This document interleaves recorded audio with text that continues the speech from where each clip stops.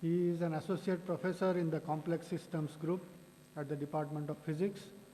He obtained his PhD from State University of New York at Stony Brook in 1993, and his areas of interest are statistical mechanics, quantum computing, Hamiltonian chaos, quantum chaos, and information. He's going to talk about generation of multipartite entanglement. I'm extremely happy to be here and thank Professor Vishal Sani and other organizers for giving me this opportunity to be in this very interesting place and for the wonderful hospitality. I'm going to talk about some work. Some of the collaborators are here, but I will emphasize work primarily done somewhat more recently with undergraduate students from IIT Madras. These two guys, Karthik and Sharma, are pursuing their PhDs at these places. Shudodhan is still an undergraduate student there, and some work also with Satya Majumdar and Boigas were at us. Okay, so that's the outline. I'll first introduce very briefly the notions of entanglement and its measures. And what I want to primarily consider is what happens to entanglement at avoided crossings of energy levels, because I think that's an important and interesting thing. And I will motivate that with this example Hamiltonian of spin chains.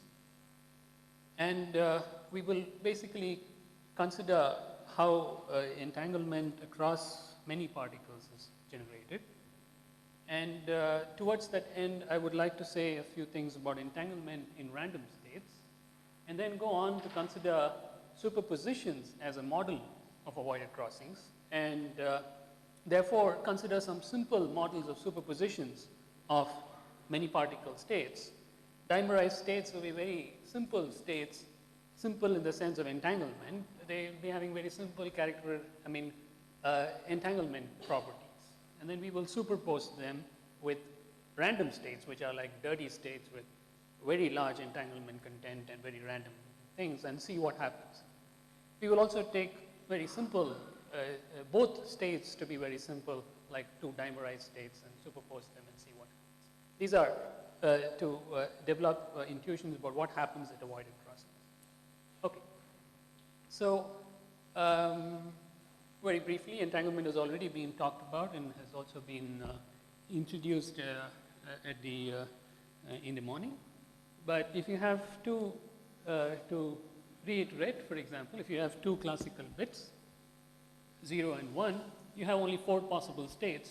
But in quantum mechanics, superposition kicks in and you can have a 6-fold infinity of states, which are basically superpositions of all of these states.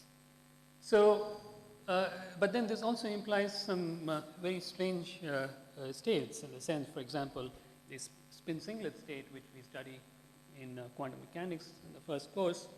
If you ask whether spin A is up or spin B is down, or whether it is to some other definite states, we can associate no such state. So this is the property of entanglement, and I think as far as pure states is concerned, Schrodinger in 35 said it all when he said that the whole is in a definite state, but the parts are not. So to generalize, if you have n particles, pure state is entangled if it cannot be written as an outer product of these things. That is, you cannot associate a definite state to these n particles. Again, it has already been introduced at the previous talk. Some of these notions, just to recapitulate, we have the simplest case of 2 particles, one of dimension n, another of dimension k, the Hilbert spaces.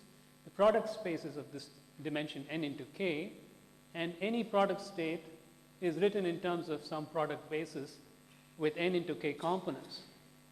But if you ask what is the state of subsystem A, then you get by tracing out B, and that can be written in a form which is a manifestly positive matrix A dagger A, where A is this matrix of coefficients of this pure state. So rho is a positive operator, A dagger A, and rho B will be actually just A dagger. Or rho B is A dagger A, and rho A is A dagger. And therefore, they have the same spectrum. They have the same eigenvalues. They're positive eigenvalues. But because they are density matrices, they trace as 1. And it's now sort of accepted that a measure of entanglement in such bipartite states is the von Neumann entropy of these reduced density matrices, which you get from the eigenvalues of these reduced density matrices. And the maximum entropy of entanglement, or entropy, is the logarithm of the dimension of the smaller space. And that happens when all the eigenvalues are 1 over n for the reduced density matrix. And it's 0 when it's the case when only one eigenvalue is positive. In that case, it's separable. Going beyond 2, here we have a state with 3 qubits called a GHZ state after people who originated it and stated some of its remarkable properties. It's an interesting state in the sense that this is an entangled state. It cannot be written as a superposition. It cannot be written as a tensor product of 3 states belonging to each of the qubits. However, if you take a reduced density matrix of AB by tracing out C, it's easily done, you get this state. It's a mixed state. And this mixed state, although it looks kind of entangled, is actually not entangled, because it can be written as a convex combination like this, where this rho IA belongs to system A and rho IB belongs to system B. It's a convex combination with this PI being 1/2. If this is the case, then the interpretation is that the state can be created by A and B without talking to each other, without actually quantum exchanging any kind of entanglement. So it can be locally created, so to speak, with just local operations and classical communication. And therefore, it is considered to be unentangled. In fact, it's unentangled. So any state that's written like this is unentangled. So the case of density matrix is slightly more complicated, actually much more complicated than that of pure states. So this is actually an unentangled state.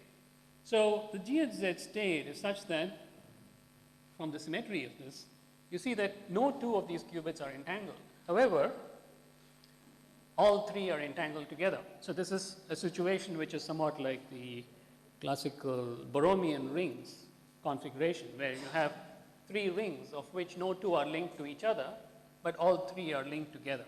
So it's in a configuration, the entanglement is in a configuration which is like this. But also, as far as this talk is concerned, I would emphasize that there is no entanglement between any 2 of these qubits. Does not, of course, imply that the state doesn't have any entanglement. So if you have no pairwise entanglement, that doesn't mean that the state is not entangled. And in fact, it can be in a very entangled state like this GHZ state.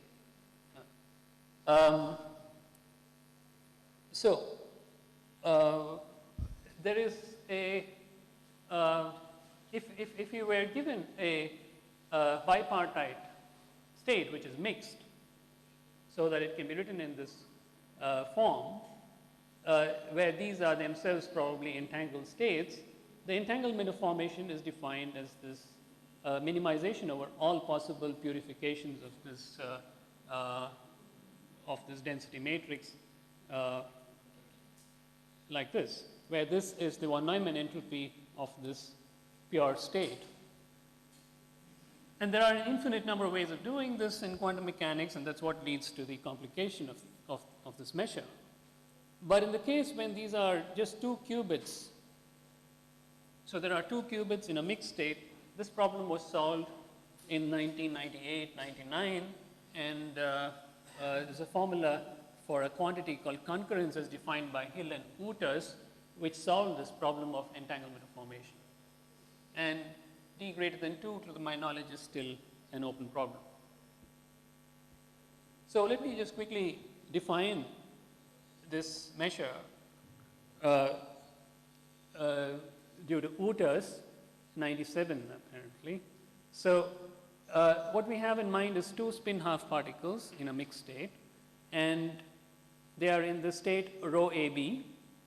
Okay? So the prescription of Wooter's goes as find this quantity rho AB, and this is the sigma y, the Pauli matrices, and the star operation here is important. So this is all done in the standard basis, and then this matrix combination is a 4 by 4 matrix. Find out its eigenvalues, arrange them in a decreasing order, and then you compare this combination with 0 and see whether it is positive. So if the CAB is positive, then that is the concurrence. Otherwise, it is 0. So it's a fairly involved prescription, not very transparent in what it is doing. For pure states, actually the situation is much simpler, but then we know how to measure it for the pure states. So I just want to emphasize that there is a well-known measure of entanglement for 2 qubits that can be calculated in principle. But now suppose you are not interested in just the entanglement between 2 qubits. You have many qubits in your state and you're interested in characterizing entanglements of other kinds, multipartite entanglement. Now here comes a slew of measures. Some of the simplest measures are simply this. So this is the average purity of a single qubit. So this is the reduced density matrix of single qubit. You take the average purity of the single qubit. Okay.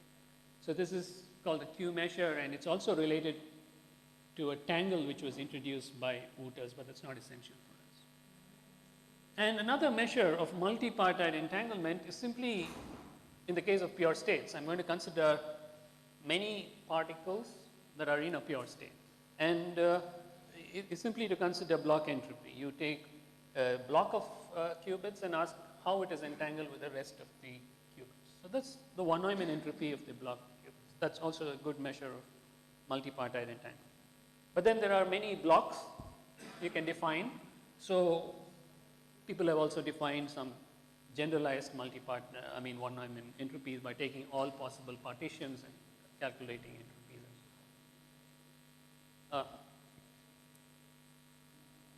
Okay, so I think this is just a summary of these things. So if you have a pure state bipartite system of arbitrary dimensions, not just qubits, the von Neumann entropy of the reduced density matrices is good. If you have a mixed state of 2 qubits, then the concurrence measure is good. I'm not going to talk about the residual tangle, so I'll skip that, but there is quite a good measure for pure state of 3 qubits. And pure state of many qubits, multipartite measures such as block entropy, entangle, which actually generalizes concurrence, and the Q measure, which is the average purity, is good as measures of multipartite entanglement. And the monogamy of entanglement is basically the statement that if 2 particles are maximally entangled with each other, they cannot be entangled with any other. So if you take the GHZ state where no 2 of these qubits are actually entangled, but all 3 are entangled, so they have no monogamous relation at all in that particular state. Okay, so let's take some particular Hamiltonian, a spin Hamiltonian, and see how these measures of entanglement fare for the eigenstates of this Hamiltonian. Now, we have exact results for integrable models. For example, if you take this Ising spin chain, it's a standard Ising spin chain on an open, there are L of these spins. It's an open chain, and they are interacting via this exchange coupling. And there's an external magnetic field which is tilted in the sense that if you have theta to be 0, then the magnetic field is along the z direction, the direction of the of the interaction. And then this is just a simple Ising model. However, if the field is transverse to this, so theta is 90 degrees, then this is the famous transverse field Ising model, which is also a solvable model in the sense that you can find integrals of motion or constants of motion, completely solve the problems through some transformation and convert it to some fermion problem, calculate entanglement and so forth. But I'm interested in this full problem of theta equals 0 to 90 degrees from one integrable to the other integrable case, because it's actually quite a complex spectrum, and I would like to ask what happens to entanglement in this regime. So just to summarize, what we have found is that there are direct correlations between quantum chaos markers and entanglement. So to elaborate a bit on that, between 0 and pi by 2, you can find numerically, you can find signatures of quantum chaos, such as the levels will be repelling each other, the energy levels will be repelling each other in a typical fashion. For example, the Wigner distribution will be found in this case for the energy level spacing. So when the energy level spacing is that of as close as possible to the Wigner distribution, entanglement has certain special properties as different from the other things. And in fact, entanglement is large in the case where non-integrability occurs. But again, what do I mean by entanglement? So I'll actually come to that because there are different things, entanglement between two qubits, multipartite entanglement, and so forth. Okay, so we can also study things, these kinds in stationary states, as well as it's interesting to study things like transport, as we have studied. And in all of these cases where we have found that there is a generation of entanglement, especially multipartite kind, along with a transition to non-integrability, away from non-integrable systems, this is accompanied, of course, by avoided crossings in the energy landscape. So we would like to study more closely, as I said at the beginning, avoided crossings and entanglement. So that will be actually what I will concentrate on in this talk. Okay, so this is just some things about the Hamiltonian, that it's symmetric and so forth. And it's important to desymmetrize the Hamiltonian when you're studying things like avoided crossings. As you know from the classic, there's a theorem of von Neumann and Wigner who say that if you consider the energy levels of a system as a function of a parameter for in a subspace of a reduced symmetry, so you're only looking at a definite symmetries, symmetric subspace, then as you're varying one parameter in a real Hamiltonian, the energy levels will typically not cross. So they will come too close to each other, but they will fly away from each other as they come close by, so-called avoided crossings. So here is a picture of that. So here is what happens as you vary the tilt angle in this Hamiltonian. So we're going to hold the magnetic field and the interaction J and B constant as one each.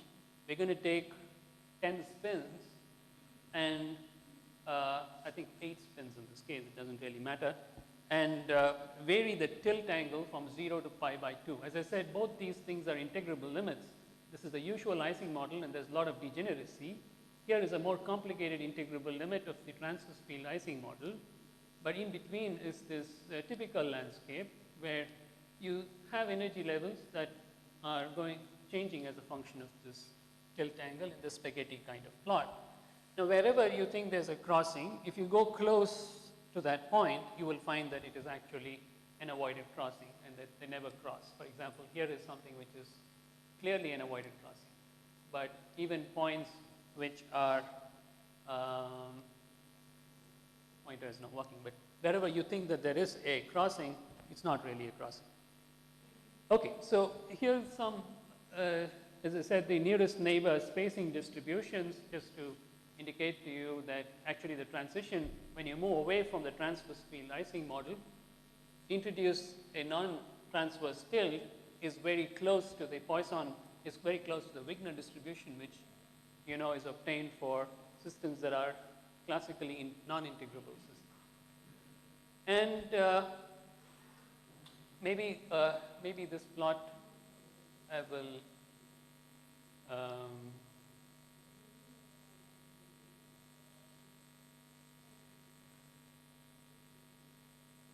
I will explain a little bit. So this particular curve here, which is going down, again this is a function of the tilt angle. This curve goes down and then picks up again very sharply at this other integrable point, corresponds to the entanglement between any two qubits.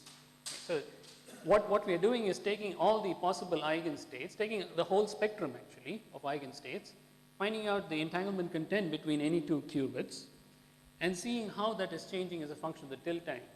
And what you find is that it decreases from the pure Ising model, I mean without any magnetic field, so to speak, or longitudinal magnetic field.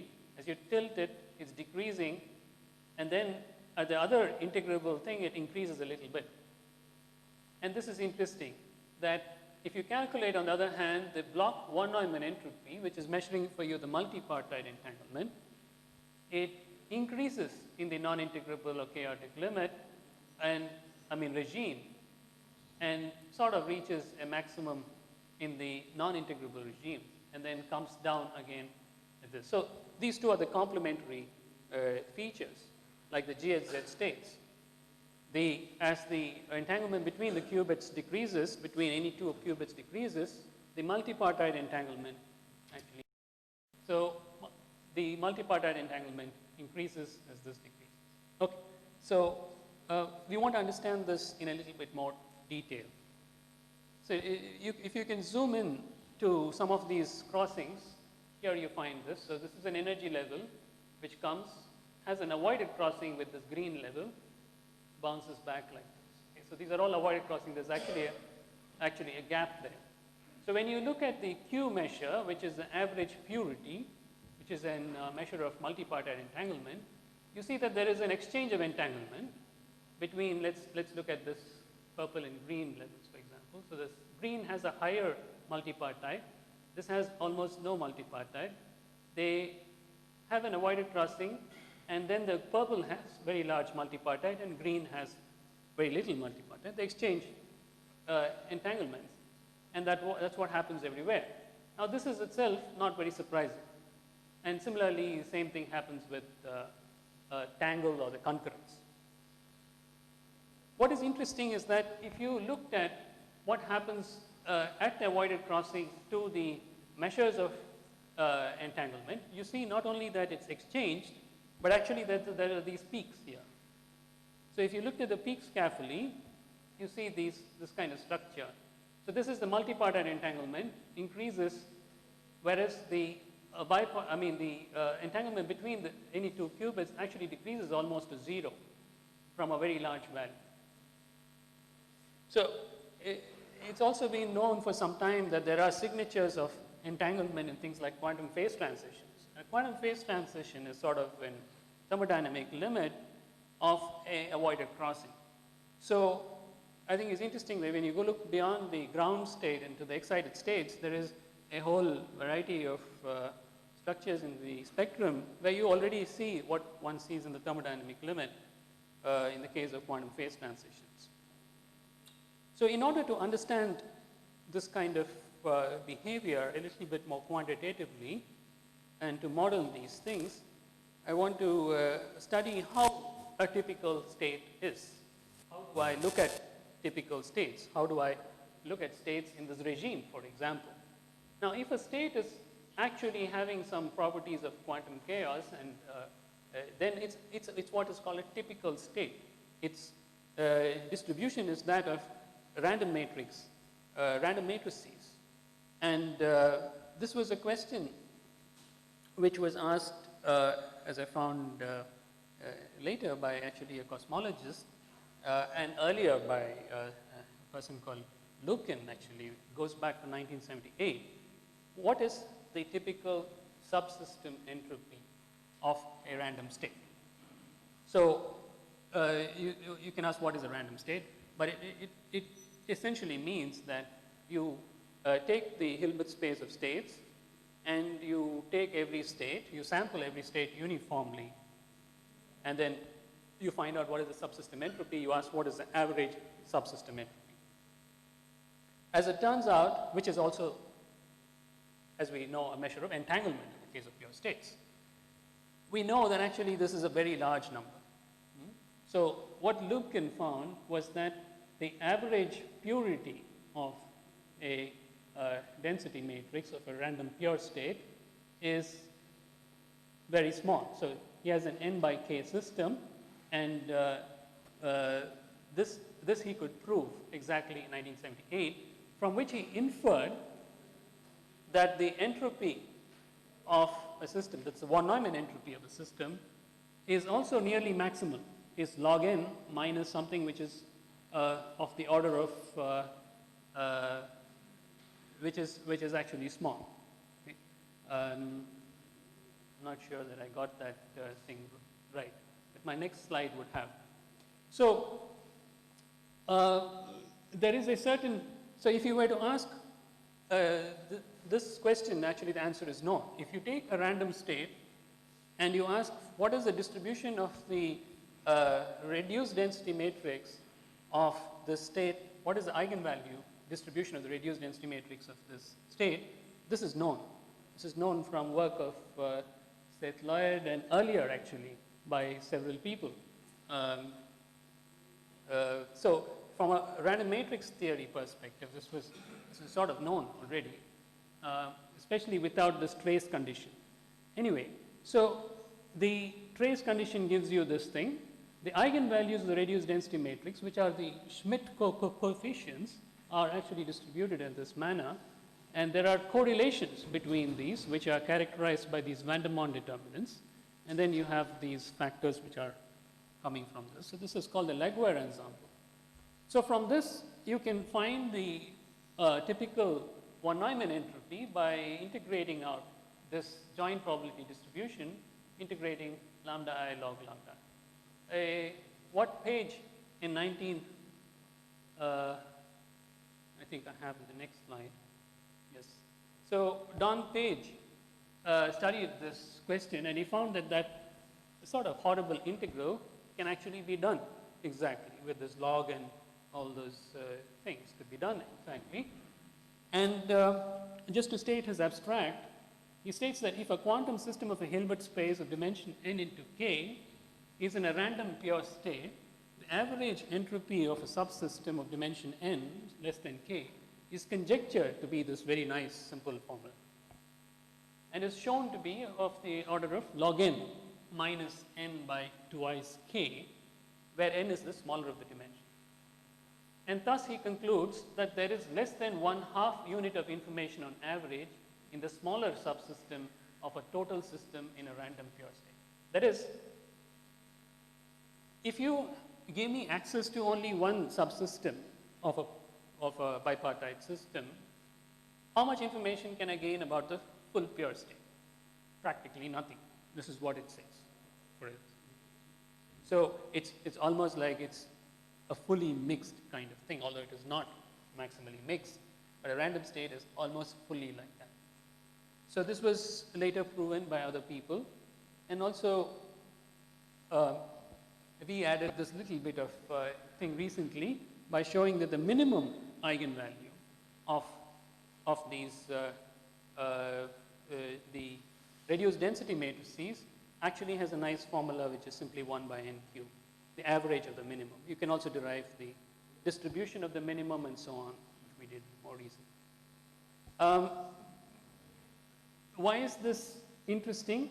Well, the average, the typical eigenvalue will be going as 1 over n, will be scaling as 1 over n.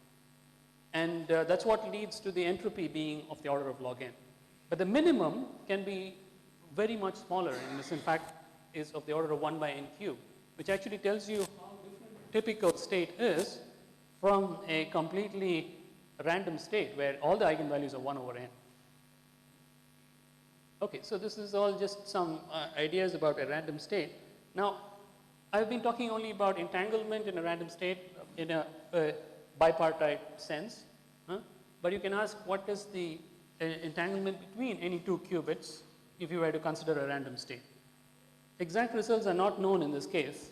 For example, if you were to ask questions about concurrence.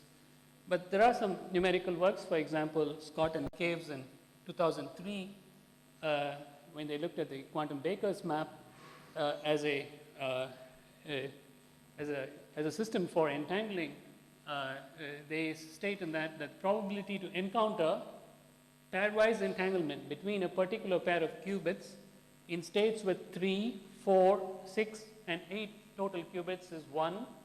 That is, with certainty, a 3-qubit state will have pairwise entanglement, whereas only 75% of pairs of a 75% of 4-qubit states will have pairwise entanglement, and a very small number of 6 and 8 practically nothing, 0. So what does this mean? It again means that typical states have negligible pairwise entanglement and nearly maximum multipartite entanglement. Putting together the results of Page and others and this kind of thing gives us this picture of a typical state. And actually typical states, how do you obtain them? You obtain them by quantizing Hamiltonian systems which are classically chaotic, or actually in the case of, for example, like spin systems which we have studied with the tilted field Ising model, without any classical limit, one would still characterize them as quantum chaotic because they have random matrix characteristics. So we have studied this, and there is how to generate them using kick tops and so forth. There's a recent review by Benenti in the archive which talks about random states and quantum chaos. Okay, so I kind of now come to another thing where I would now like to understand in more detail how to use these random states and other very simple states to see what happens under superpositions to entanglement in multipartite states. So we want to model avoided crossings. We know that avoided crossings are typically superpositions. So let us start with a situation where we superpose two states, one which is a state with only dimers in them. Okay, so let's start with a simple state like this with L qubits, where 1 and 2 is in a Bell state, maximally entangled. 3 and 4 are maximally entangled, and so forth. Okay, so there is pairwise maximal entanglement in this. So this is a very simple state as far as entanglement is concerned. We know exactly what is happening. There is no other entanglement except bipartite entanglement. Now we superpose that with a random state, the typical state. So I would like to think of this as an avoided crossing between a level with a large bipartite entanglement content or 2-qubit entanglement content with a very chaotic state which has already undergone a lot of avoided crossings. A state which has not undergone some avoided crossings, intersecting or rather having an avoided crossing with another state which is undergoing, which is already random looking. Okay?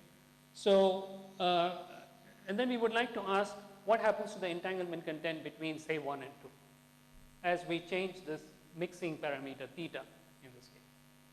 So, decide that the random state is just a combination of all possible states, I, all the 2 to the power of L, and this AI are random numbers with the only constraint being that their modulus sum is 1. It's normalized. It's uniformly. So if you do that as a function of this 1 minus p, which is the fraction of the random state. So there's a fraction of the random state. So if the random state is 0, you have very large entanglement content. So I actually normalize it so that now I'm looking at the entanglement between all pairwise. I'm looking at all pairwise, all the qubits, and I'm measuring the tangle, which is the square of the concurrence of this, and I'm normalizing it. So this is the maximum possible. So this is all in the form of 2-qubit entanglement. There is no mixing with the random state.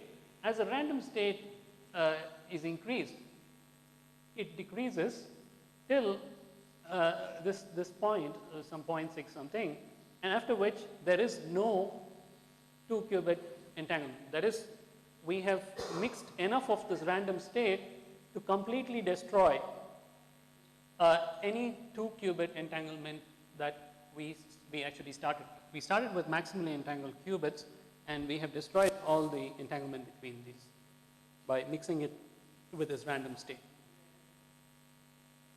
And I superpose on this with many realizations of the number of qubits, 10, 6, and so you can see that they all fall on one curve.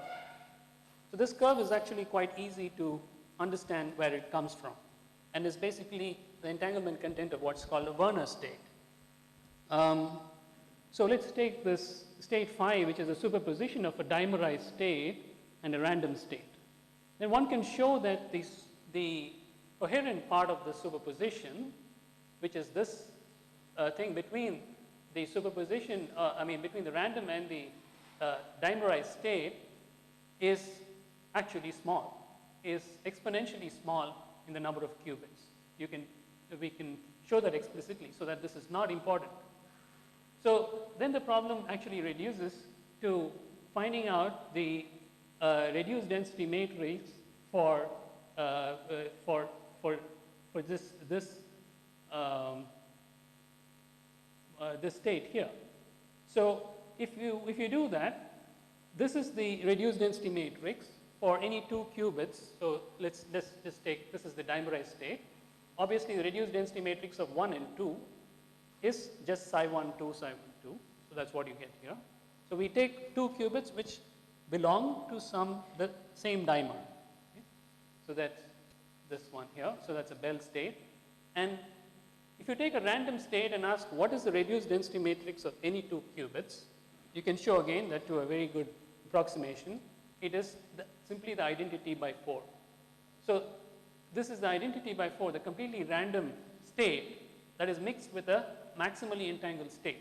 So this is an example of the Werner state, and it is well known and it's quite easy to calculate the concurrence in such a state. And you can show that it is exactly 0 if cos squared theta is greater than 1 by 3. So that is precisely what one sees in this picture here. If it is more than 0.67, this is actually exactly 0. So to summarize, if you superpose a random state with a dimerized state, what one produces are Werner states. And it is possible to destroy the 2-particle entanglements that were present in the dimerized states with a sufficient mixing of the random state. It's also interesting to ask what happens to this destroyed entanglement. And as we talked about earlier also, they get converted to multi-particle entanglement.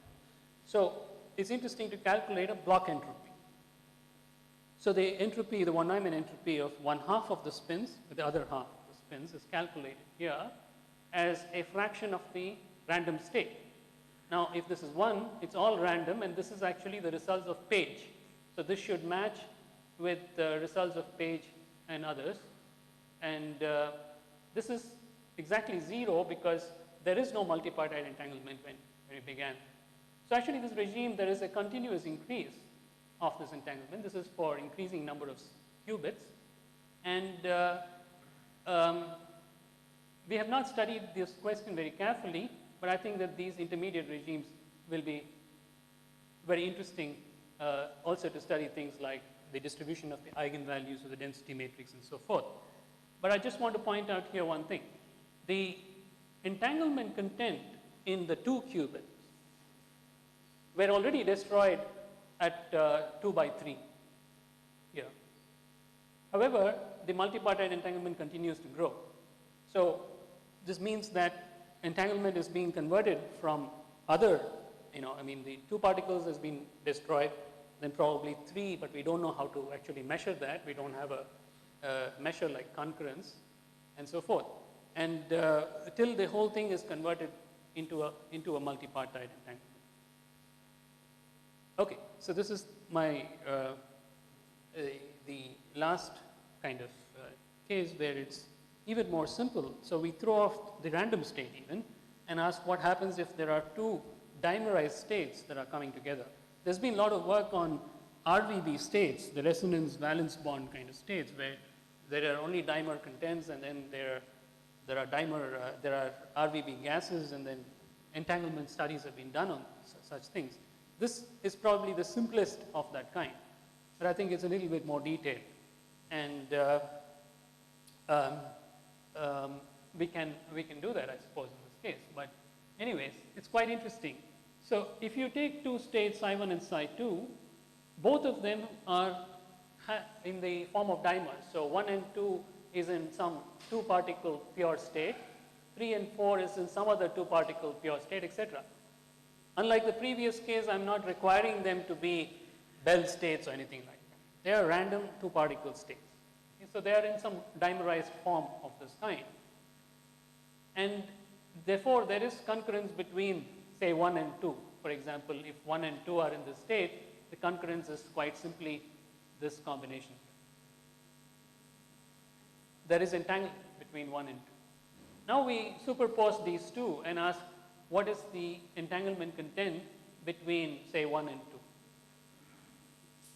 Again, one can prove this quite straightforwardly, that the reduced density matrix of 1 and 2 is just a combination of the reduced density matrices, the density matrices corresponding to this pure state phi 1, 1, 2, and the corresponding phi 2, 1, 2. And what you're neglecting is exponentially small in the number of qubits. So this is quite easy to prove.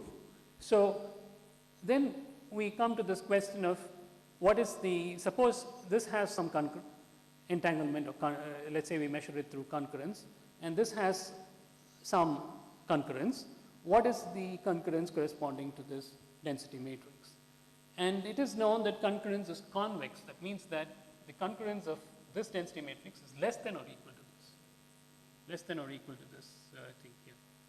So superposing two dimerized states lowers the average pairwise entanglement. Two random states, phi 1 and phi 2, which are two random 2-qubit states, and then combine them in to make a density matrix which is of this form, rho, and found its concurrence. And then we are plotting that as a function of cos square theta. Okay? So that is this fraction p. Then what one sees is that these are the pure states corresponding to the density matrices, the endpoints of p equals 0 and p equals 1, and this is all mixed states, and indeed the concurrence of the mixed state is this thing here, is smaller than the average concurrence of these pure states. Okay? And you see another case, another pair of random states for which this is the concurrence in the density matrix, whereas this is the concurrence, the average concurrence. So it's less than that. So this is the convexity. But what we found surprising was that there was a large number of cases for which the upper bound, namely this average, was exactly the density matrix concurrence of the density matrix. So that means that equality was achieved in these things for a very large number of states. So on superposing two 2-qubit states incoherently, the resulting density matrix was optimally entangled. So this, I think, is a measure of the robustness of concurrence. And so we went to this question of when does this happen and why does this happen? So let's pose this question of incoherently superposing two 2-qubit states, pure states, and asking when is the concurrence in rho equal to the average concurrence in phi 1 and phi 2 in this form. And it turns out that if these are real states, phi 1 and phi 2, then in as much as 28.5% of cases, the concurrence in rho has this property. So it's a very large percentage. And it's not hard to see why this is true, at least following the prescription of Wouters. But we don't have yet a very good geometric idea, for instance, of why this happens. But you can derive an inequality based on these two states. Actually, this should be phi 1 and phi 2 instead of psi 1 and psi 2. So these are these pure states which are being incoherently superposed. If they follow this inequality for 2 qubits, then it is optimally entangled in this sense. So these are, by the way, I mean these are just expectation values of sigma y, right? And this is like the modulus of this is the concurrence in the state psi 1. So this is the concurrence in state psi 2. And this is some kind of cross concurrence, if one may wish, between psi 1 and psi 2. Okay, so this is something which we derive. Then you can ask, similarly, you can now generalize this to ask what happens if you superpose not 2, but 3 or more states. So for example, if you superpose 3 states, then you can show that the concurrence is the maximum possible, that is, it's a linear combination of these things, for 5.12% of the cases, and you can derive inequalities for which this is true. And it's interesting that if you take 4 real states and you ask when is the concurrence of this the maximum possible, the answer is not even 1. So while there are positive measures of states for 2 qubit, for a superposition of 2 states and 3 states, when you go to 4 or higher, actually, there is not even one realization of real states for which this is true. So I think that these are quite interesting characterizations still of just 2 qubits, but in a different way. So this work was done with the undergraduate student, and we just posted that a few months ago. So I think I have kind of come to the end of my talk. So to summarize, entanglement changes occur at avoided crossings where multipartite entanglement builds up at the cost of pairwise entanglement. And superposition of a random state, so to model this, for example, in one instance, as a superposition of a random state with a dimerized one, it results in converting dimers to Werner states, and that loose entanglement at a critical mixing. And this is also simultaneously accompanied by growing block entanglement. And if you superpose dimerized and dimerized states, they result in a reduction of pairwise entanglement, but almost never in its complete annihilation. So there's a robustness of that. And you can derive analytic criteria for the existence of real states of 2 qubits that, when incoherently superposed, have the largest possible entanglement as a sort of consequence. I thought of that. Okay, I think I have come to the end of my talk. Thank you very much.